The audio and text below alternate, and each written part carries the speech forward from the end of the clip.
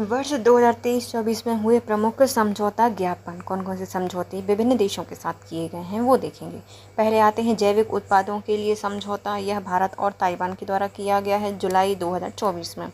तो हमारी जो ताई हैं वो सब लोगों को क्या करती हैं, जैविक उत्पादों को बांटती हैं, समझौता करती हैं कि जैविक उत्पाद ले लो, जैविक उत्पाद ले लो। कौन है? ताई है, ताइवान। ताई ऐसी करती है ना, वो पुरानी, अरे ये मत खाओ, वो मत खाओ, बाहर के स्ट्रीट फूड मत खाओ, तो जैविक खाद्य पे। तो जैविक उत्पादों के लिए समझौता किया है भारत ने ताइवान के साथ जुलाई 2024 में। एक जिला एक उत्पाद हितग्राहकों के लिए समझौता किया गया है, जो कि भारत पे और इन्वेस्ट इंडिया के द्वारा किया गया। तो इंडिया किस में इन्वेस्ट कर रहा है? भारत को पे कर रहा है, इन्वेस्ट कर रहा है मतलब पे कर रहा है भारत पे। और एक जिला एक उत्पाद हितग्राहियों के लिए समझौता किया गया है, किसके द्वारा? भारत पे और इन्वेस्ट इंडिया के द्वारा। इन्वेस्ट इंडिया जुलाई 2024 में किया गया है। एक जिला एक उत्पाद में समझौता किया गया है, किसके द्वारा? भारत पे और इन्वेस्ट इंडिया के द्वारा।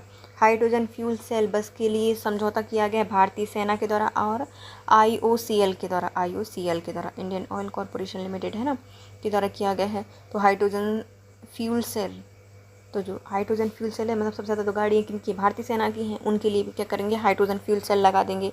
और ये कौन करेगा? Indian oil corporation of India करेगा। IOCL के द्वारा इसको किया गया है। AI का प्रयोग करके सड़क सुरक्षा बढ़ाने के लिए समझौता किया गया है NHAI और IIT दिल्ली के द्वारा। तो IIT दिल्ली में जितने वो सड़क सुरक्षा देने हैं, तो किसका प्रयोग किया जाएगा? AI का प्रयोग किया जाएगा। तो इसमें भी है। अच्छा, ये national highway authority of India और IIT दिल्ली के द्वारा इसमें समझौता किया गया है। कौन कौन करेगा? AI का प्रयोग करके सड़क सुरक्षा बढ़ाने के लिए NHAI और IIT दिल्ली के द्वारा समझौता किया गया है।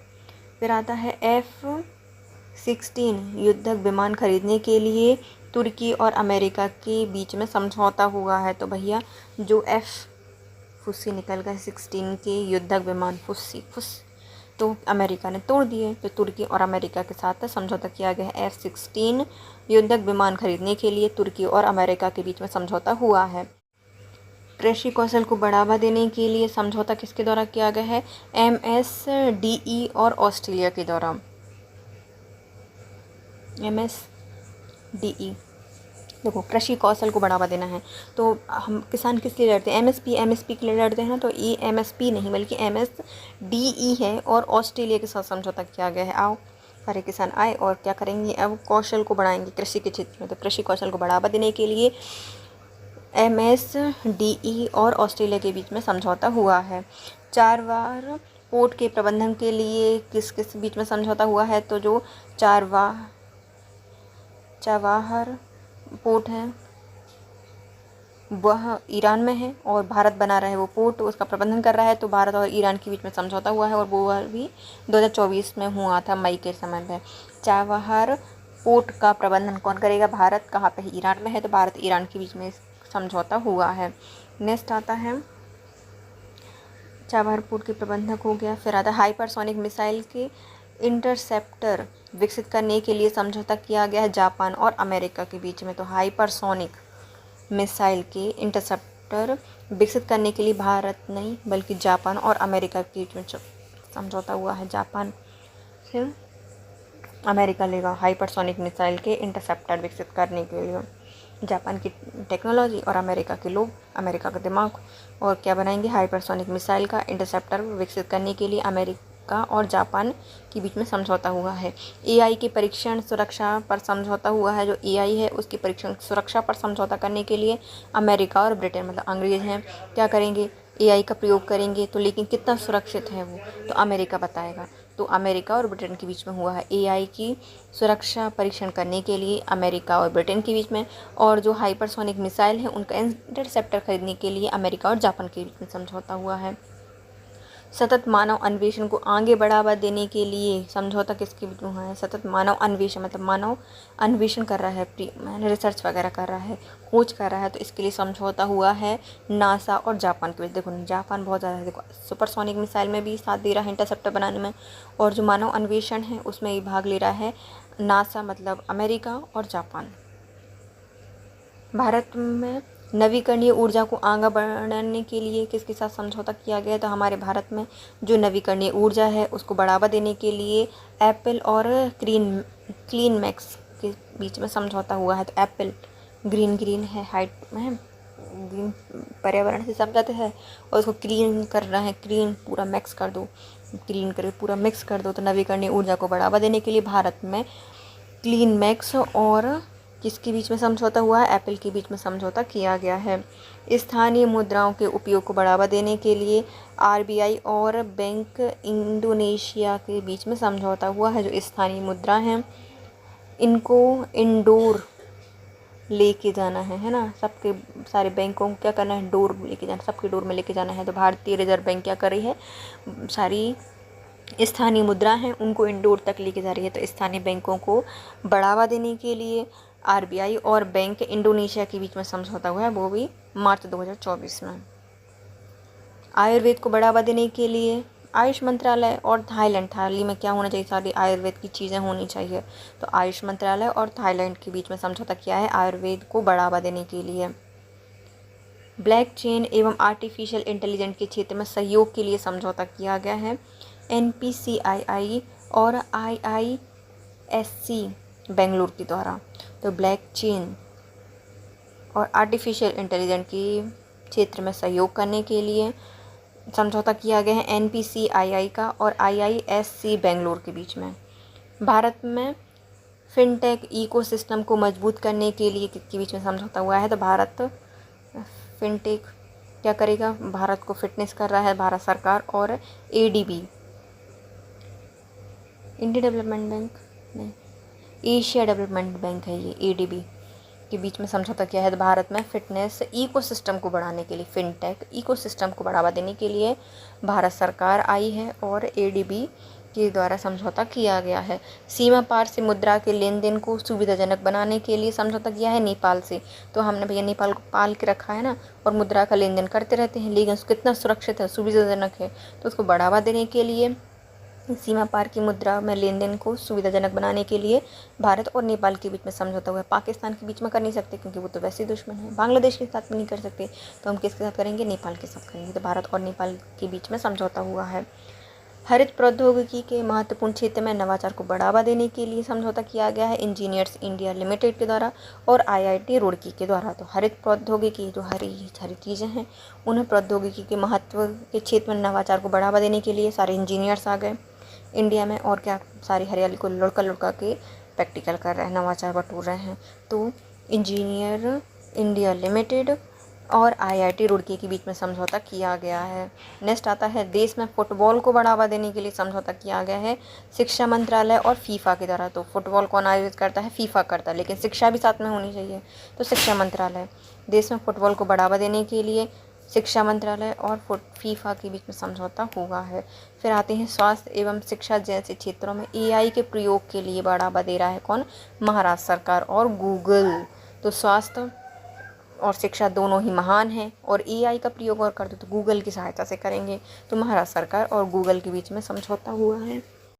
देश में फुटबॉल को बढ़ावा देने के लिए शिक्षा मंत्रालय और फीफा के बीच में समझौता हुआ है। तो देखो फीफा जो है वो फुटबॉल के टूर्नामेंट कराती है, तो उसी ने बोला है कि शिक्षा के साथ ही फुटबॉल इनको खेलना सिखाओ। तो देश में फुटबॉल को बढ़ावा देने के लिए शिक्षा मंत्रालय और फीफा के बीच में समझौता हुआ है। स्वास्थ्य एवं शिक्षा जैसे क्षेत्रों में AI के उपयोग के लिए महाराष्ट्र सरकार एवं गूगल के बीच में समझौता हुआ है। तो स्वास्थ्य और शिक्षा क्या है? महान चीज़ें हैं, उसमें AI का प्रयोग करना है, तो गूगल के बिना तो कर नहीं सकते, तो महाराष्ट्र सरकार और गूगल के बीच में इसमें समझौता किया गया है। नवीकरणीय ऊर्जा क्षेत्र में नवाचार एवं अनुसंधान के लिए बढ़ावा देने के लिए योजना स्टार्ट की गई है किसके बीच में? IREDA और IIT भुवनेश्वर के बीच में। तो पूरा भवन है, हम क्या कराएंगे? तो नवीकरणीय ऊर्जा की जैसे बनाएंगे, नया विचार है कि नया है, इन लोगों को आया है IREDA इन लोगों को आया है। तो IREDA और भुवनेश्वर IIT भुवनेश्वर के बीच में समझौता हुआ है किसके लिए? नवीकरणीय ऊर्जा क्षेत्र में नवाचार एवं अनुसंधान करने के लिए। नेक्स्ट आता है लिथियम की खोज एवं खनन के लिए। तो अर्जेंट है हमारे लिए, लिथियम की ज़रूरत है क्योंकि इतनी सारी बैटरी वगैरह चल रही हैं। तो भारत और अर्जेंटीना के बीच में लिथियम की खोज और खनन करने के लिए भारत और अर्जेंटीना के बीच में समझौता हुआ है। अगले 10 वर्षों में 10,000 मेगावाट बिजली नेपाल से आयात करने हेतु समझौता किया गया है भारत और नेपाल, मतलब नेपाल से ही आयात की जा रही है ना 10 वर्षों में कितने 10,000 मेगावाट बिजली, तो भारत और नेपाल के बीच में समझौता हुआ है। नेक्स्ट आता है हाइड्रोकार्बन क्षेत्र के मूल्य श्रृंखला में सहयोग बढ़ाने के लिए समझौता किया है भारत और गुयाना को। तो हाइड्रोकार्बन के मूल श्रृंखला में सहयोग करने के लिए, गुणा भाग नहीं करना है ज़्यादा, क्या करना है इसमें, उसके मूल का श्रृंखला का सहयोग को बढ़ाना है भारत और गुयाना के बीच में समझौता हुआ है। हाइड्रोकार्बन क्षेत्र के मूल श्रृंखला में सहयोग बढ़ाने के लिए हरित पहल के लिए भारतीय रेलवे एवं CII के बीच में समझौता हुआ है। तो किसके बीच में हुआ है? हरित पहल के लिए भारतीय रेलवे और CII के लिए समझौता हुआ है। कुडनकुलम परमाणु संयंत्र के विस्तार के लिए भारत और रूस के बीच में समझौता हुआ है। कुडनकुलम भारत और रूस के बीच में समझौता हुआ है। कुड़कुड़ाते हैं, जिनको रूसी हो जाते वो ज़्यादा कुड़कुड़ाते हैं। तो कुडनकुलम जो परमाणु संयंत्र है उसके लिए भारत और रूस के बीच में समझौता हुआ है। 2030 तक भारतीय रेलवे को शुद्ध शून्य कार्बन उत्सर्जन तक पहुंचाने के लिए भारत और USAID, तो इसको ऐसे याद कर सकते हैं ना, USAID।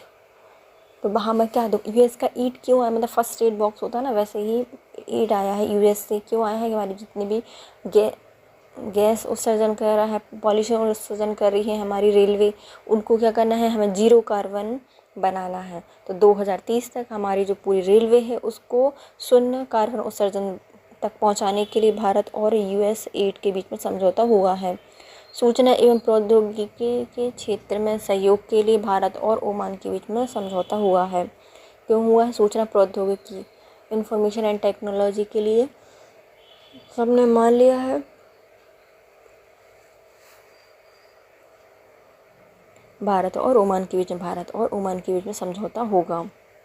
सूचना प्रौद्योगिकी के क्षेत्र में सहयोग के लिए भारत और ओमान के बीच में समझौता हुआ है। डिजिटल परिवर्तन के लिए समझौता किया गया है एसेंचर और यूनियन बैंक के बीच में। डिजिटल पेमेंट परिवर्तन करना है, डिजिटल परिवर्तन करने के लिए एक्चुअली में करना है यूनियन बनाकर, तो एक्सेंचर और यूनियन बैंक है उसके बीच में हुआ है। एक्सेंचर और यूनियन बैंक के बीच में समझौता हुआ है डिजिटल परिवर्तन के लिए। शिक्षा के लिए सहयोग के लिए समझौता हुआ है भारत और केन्या के बीच में। शिक्षा के क्षेत्र में सहयोग बढ़ाने के लिए, तो कन्याएं आएँ और शिक्षा के क्षेत्र में सहयोग करें, तो भारत और केन्या के बीच में समझौता हुआ है। सेमीकंडक्टर उद्योग के विकास के लिए समझौता किया गया है भारत और यूरोपियन संघ के बीच में। तो सेमीकंडक्टर उद्योग के विकास करने के लिए भारत और यूरोपीय संघ है उनके बीच में समझौता किया गया है। INS व्यास के मिड लाइफ अपग्रेड को सशक्त बनाने के लिए रक्षा मंत्रालय और कोची शिपयार्ड लिमिटेड के बीच में समझौता हुआ है। INS व्यास के मिड लाइफ अपग्रेड को सशक्त बनाने के लिए रक्षा मंत्रालय और कोची शिपयार्ड लिमिटेड के बीच में समझौता हुआ है। चुनावी साक्षरता को बढ़ावा देने के लिए ECI और शिक्षा मंत्रालय, तो चुनावी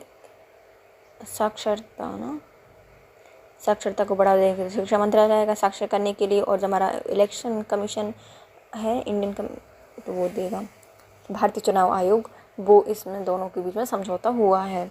नेक्स्ट आता है श्रमिक छात्रों एवं पेशेवरों के निर्बाध आवाजाही और प्रशासन के लिए। तो निर्बाध में आवाजाही करनी, तो भारत और इटली के बीच में समझौता हुआ है। श्रमिक एवं छात्र पेशेवरों की निर्बाध आवाजाही एवं प्रशासन के लिए समझौता हुआ है भारत और इटली के बीच में। एरोस्पेस शिक्षा एवं नवाचार को बढ़ावा देने के लिए एयरबस और IIT कानपुर के बीच में समझौता हुआ है। एरोस्पेस में शिक्षा और नवाचार को बढ़ावा देने के लिए एयरबस और IIT कानपुर के बीच में समझौता हुआ है।